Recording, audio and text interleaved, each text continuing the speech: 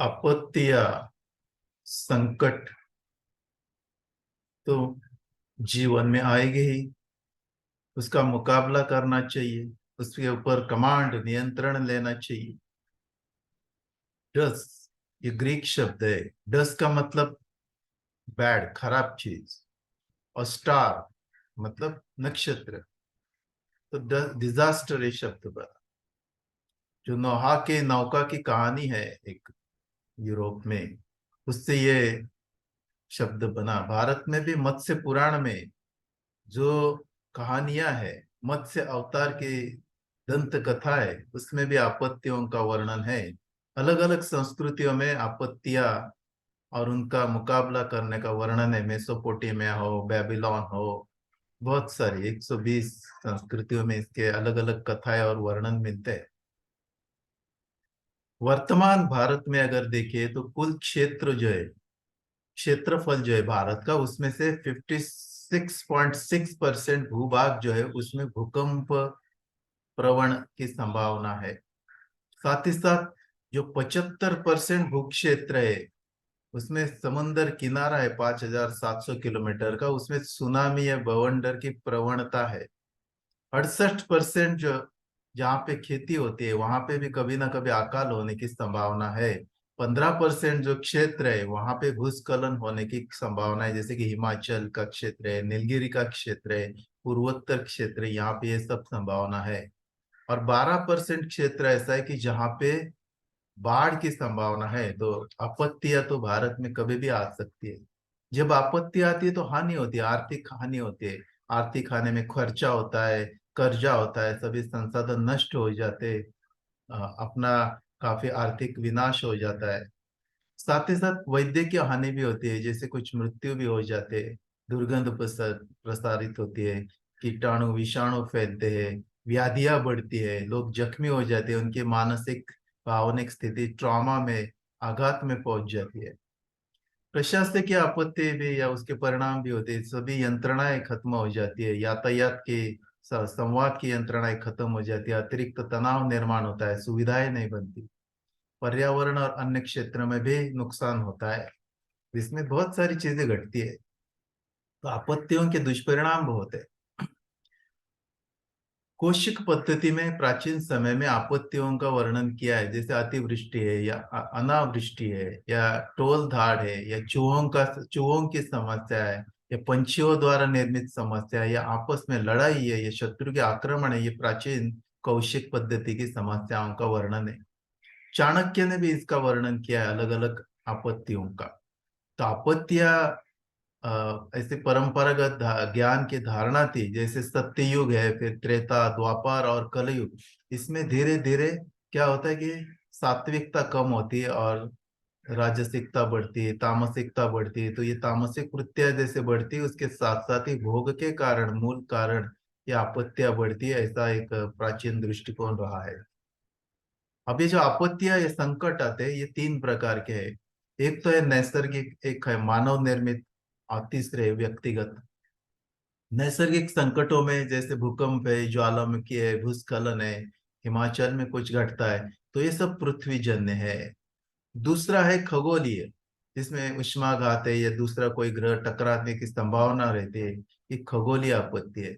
तीसरी है जलजन्य, जैसे बाढ़ आ गई, किधर एकदम ही बादल फट गए, सुनामी आ गई या अकाल आ गए, तो ये जलजन्य आपत्तियां है। वायुजन्य भी आपत्तियां है, जैसे कि किधर एकदम ही बवंडर आ गया, चक्रवात आ गया। संसर्गजन्य भी आपत्तियां है, जैसे कि डेंगू, मलेरिया, या ऐसे अनेक अनेक बीमारियां फैलती है। जंगल में कभी आग लगती है।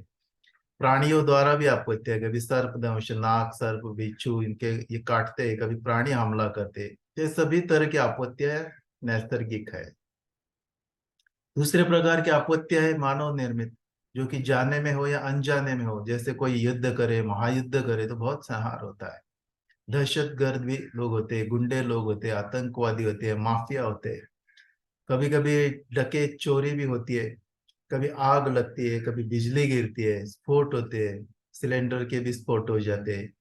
कभी जीवाणुओं का युद्ध, कभी रासायनिक युद्ध, कभी और साइबर का युद्ध, ऐसे अनेक अनेक युद्ध के प्रकार, रेडियोलॉजिकल युद्ध होता है, अणुबम का युद्ध होता है, ये सब मानव निर्मित आपत्तियां है। और जो व्यक्तिगत आपत्तियां है उसमें ऐसा है कि कभी कभी अपघात हो जाता है, चाहे वो विमान का हो या कोई गाड़ी का हो, या कभी जल में अपघात हो जाता है। ऐसे अलग अलग अपघात है। फिर कभी ये तो व्याधियां बढ़ाते, ट्रॉमा बढ़ाते, साथ ही साथ कभी कभी ये भी आपत्ति मानी गई कि जहाँ पे दारिद्र्यता आ गई, अचानक अकेलापन आ गया, कुछ लोगों ने षड्यंत्र किया, हमले किए, बदनामी की, या अति क्रूरता की, कुछ मतलब अत्याचार किए, या गृह कलश हो गया, आत्महत्या के विचार आने लगे, आत्महत्या हो गई, किसी का दबाव है, अन्याय है या गुलामी है, ये सभी मानसिक या व्यक्तिगत स्वरूप की आपत्तियां है। इसके लिए निरंतर सज्ज रहना चाहिए। पहला कदम तो है निरंतर सज्ज रहना, तैयारी में रहना, पूर्व तैयारी करके रखना। उसके बाद जो भी आपत्ति आती है उसका एकदम ही बोध लेना, बोध के बाद उसके ऊपर कृति करना, सुरक्षा के उपाय करना, और एकदम ही कमांड उसके ऊपर मनोधैर्य से कमांड प्राप्त कर लेना, ये मार्ग है। तो आपत्तियों की पूर्व सिद्धता करनी पड़ेगी। जैसे आर्थिक सिद्धता करनी पड़ेगी, इसके लिए आर्थिक संसाधन है, मनुष्य के संसाधन है, सब इकट्ठा करना पड़ेगा, धन का नियोजन करना पड़ेगा। वैद्यकीय तैयारी के लिए डॉक्टर्स है, वैद्य है, जो भी औषधियां है या जो भी अस्पताल है, उनकी सज्जता सिद्धता करनी पड़ेगी। कौटुंबिक सिद्धता करनी पड़ेगी, मनोबल आत्मबल सबका एकजुटता रखनी पड़ेगी। और मानसिक सिद्धता में कितनी भी प्रतिकूल परिस्थितियां, शांत रहे, ट्रॉमा में न जाए, रोकर अपना ऊर्जा न व्यस्त करे, हमेशा प्रतिकूल कितना भी मौत भी आए तो भी शांत रहे, श्वास को सामान्य रखे, सघन रखे, सरल रखे, तो शांत रहेंगे। हमेशा ईश्वर के सानिध्य की परवाह करे, ऐसा पारंपरिक ज्ञान कहता है। पारंपरिक ज्ञान या पारंपरिक जो अपने विरासत है, उसमें हर समय पे आपत्तियां आई, और जो जो भी उपाय किए गए वो उपाय भी जान ले। जैसे कभी अन्न या आहार कम होता है तो उसके लिए पहले से ही सौर ऊर्जा का उपयोग किया गया है, सब्जियां या फल खुद ही लगाते हैं लोग, या फिर दाल चावल उसका इंतजाम दो दो 10-10 साल के लिए करते हैं अच्छी तरह से। कोडू नीम की पत्तियां या कपूर डाल के उनका अच्छा संरक्षण करते हैं। पानी का अभाव ना हो 10 साल 20 साल, उसके लिए कूप नलिकाएं बनाते हैं, या फिर नारियल जैसे पेड़ लगाते हैं, और भूगर्भ जल जो है उसका स्तर बढ़े, इसके लिए बहुत कुछ चीजें करते हैं, मिट्टियों का घड़ा रखते हैं। छत पर भी कभी कभी सोलर आजकल लोग लगा रहे, तो कभी बिजली का समस्या है तो ये सोलर का या फिर वायु ऊर्जा से घूमने वाली पवन चक्की का उपयोग होता है। जब कभी वस्तुएं नहीं मिलती तो साबुन को पर्याय के लिए हम देखते हैं कि नारियल का तेल या मुल्तानी मिट्टी या उबटन का उपयोग किया है, या फिर कपड़े धोने के साबुन के लिए रीठा जैसी वनस्पतियों का पाउडर, काली मिट्टी, इनका उपयोग किया है। हाथ धोने के लिए राख और तुरटी का उपयोग लोगों ने किया है। आग जलाने के लिए वो पत्थरों का घिसकर आग जलाने के लिए उपयोग करते हैं, माचिस अगर नहीं मिलती है तो। बर्तन को पर्याय वो पन्नों का द्रोण या पन्नों की प्लेट्स बनाते हैं। और मच्छर प्रतिबंधन के लिए कपूर का उपयोग किया है, कड़ू नीम का, पुदीना का उपयोग लोगों ने किया है पारंपरिक विरासत में। स्वास्थ्य रक्षण के लिए, अपने स्वास्थ्य को आपत्तियों में अच्छा रखने के लिए हमेशा प्राणायाम, ध्यान, योगा का उपयोग किया है, मिताहार का उपयोग किया है। लोग आपत्ति से बचने के लिए आजू बाजू में हल्दी, तुलसी, पुदीना ऐसे औषधीय वनस्पतियां लगाते हैं, तो उनका उससे से रक्षण होता है। तो बहुत सारी आपत्तियां रहती है, तो उससे बचने के लिए लोग उपाय करते आए हैं इसे इसमें। पर नए भी कुछ चीजें हैं, जैसे केमिकल डिजास्टर हो गया तो शांत रहे, चेहरे को दूसरी ओर मोड़ दे, चेहरे पर भिगोया हुआ कपड़ा या सादा कपड़ा रखे, कोई नैपकिन या रुमाल से ढक दे, सभी को घर में लेके आए, दरवाजा खिड़की बंद कर ले, सुरक्षित स्थान पे पहुंचे, शांति से रहे, एकात्मता से रहे, एकजुट रहे। रेलवे पे, टीवी पे, रेडियो पे, टीवी पे जो भी संदेश आते हैं, गवर्नमेंट की मदद है उसकी मदद मिल ले, अफवाहों से बचे।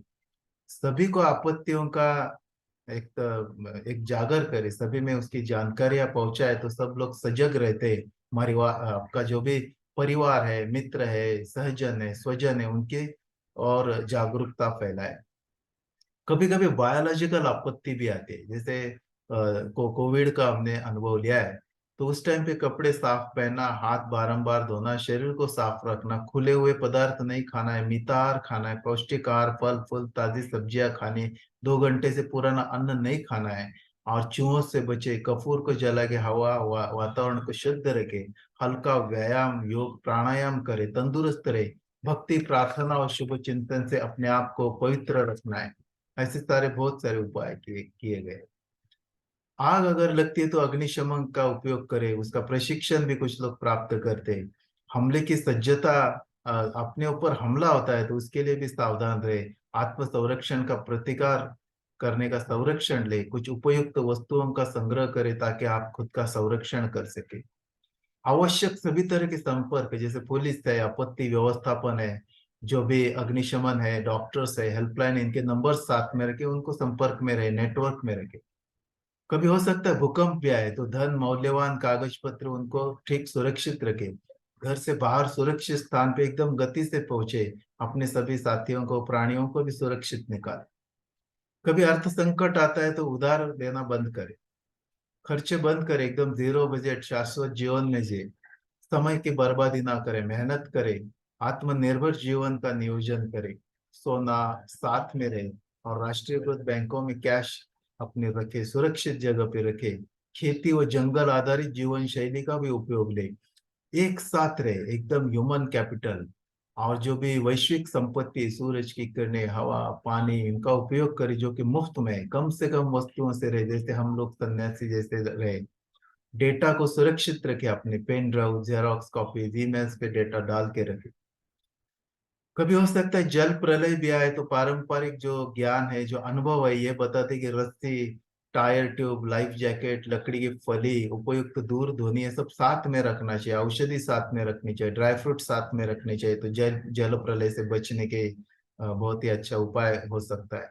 भूस्खलन हो तो तुरंत सुरक्षित जगह पर पहुंचे, एक साथ रहे। आजकल तो कुछ और भी खतरे, न्यूक्लियर रेडियोलॉजिकल न्यूक्लियर और रेडियोलॉजिकल खतरों से भी बचना है।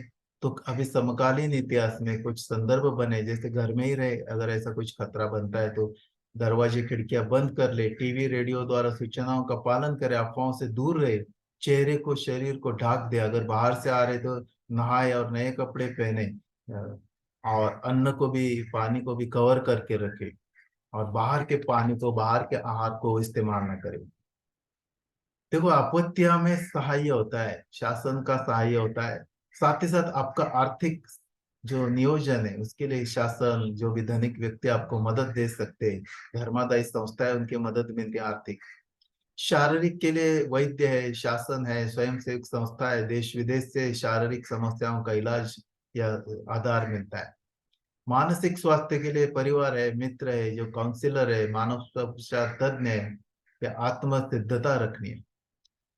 आध्यात्मिक के लिए तो संत महात्मा गुरु आपको साथ देंगे, दैवी देवताओं की आराधना, आत्मा परमात्माओं का सानिध्य आपको आत्मबल देगा। आपत्तियों में गवर्नमेंट, सेंट्रल गवर्नमेंट ने भी बहुत अच्छी प्रणाली बनाई है, जैसे कि एकदम ही राष्ट्रीय आपत्ति प्राधिकरण के अध्यक्ष तो साक्षात प्रधानमंत्री है, उनके बाद मुख्यमंत्री आते हैं, उनके बाद जिलाधिकारी आते हैं, और फिर तहसीलदार, सरपंच और स्थानिक यंत्रणाएं, और इनको संशोधन संस्थाएं और अलग अलग एनजीओ में मदद देते रहते हैं। रेडियो टीवी पे सूचनाएं मिलती है, उनका पालन करना है। राज्य सरकारें, स्थानिक संस्थाएं भी अपना नियोजन करती रहती है। केंद्र सरकार द्वारा एनडीआरएफ हो, एसडीआरएफ हो, इमरजेंसी ऑपरेशन सेंटर्स हो, सिविल डिफेंस हो, या फायर सर्विसेज या होम गार्ड्स हो, इनकी मदद मिलती है। देखो, 2005 का भारत का जो कानून है आपत्ति नियंत्रण, ये बहुत ही महत्वपूर्ण है, परंतु अफवाहों से दूर रहे, शांत रहे, अपने आप को ईश्वर के साथ जोड़े रखे, अपने आप ही आपको समझ में आएगा कि आप आपत्ति से बच सकते हैं। इसकी हमेशा सज्जता रहे, इसकी पूर्व तैयारी रहे। पारंपरिक ज्ञान जो है, जो वेद काल से चलता आया है, वो जो पारंपरिक ज्ञान अनुभव निर्मित है, उसको भी ध्यान में रखे, किस तरह से लोगों ने मुकाबला किया इसको भी जाने, और आपत्ति से जीत कर मनुष्य अभी जिंदा है, और उसका जज्बा ऐसा है कि वो चलता ही रहेगा, कोई भी आपत्ति उसका विनाश नहीं कर सकती, क्योंकि एक अच्छा सत्व मनुष्य के साथ है। इसके लिए आपत्तियों का मुकाबला करे, यशस्वी रहे, सबका मंगल हो, सबका शुभ हो, यही अपना पारंपरिक ज्ञान का संदेश है।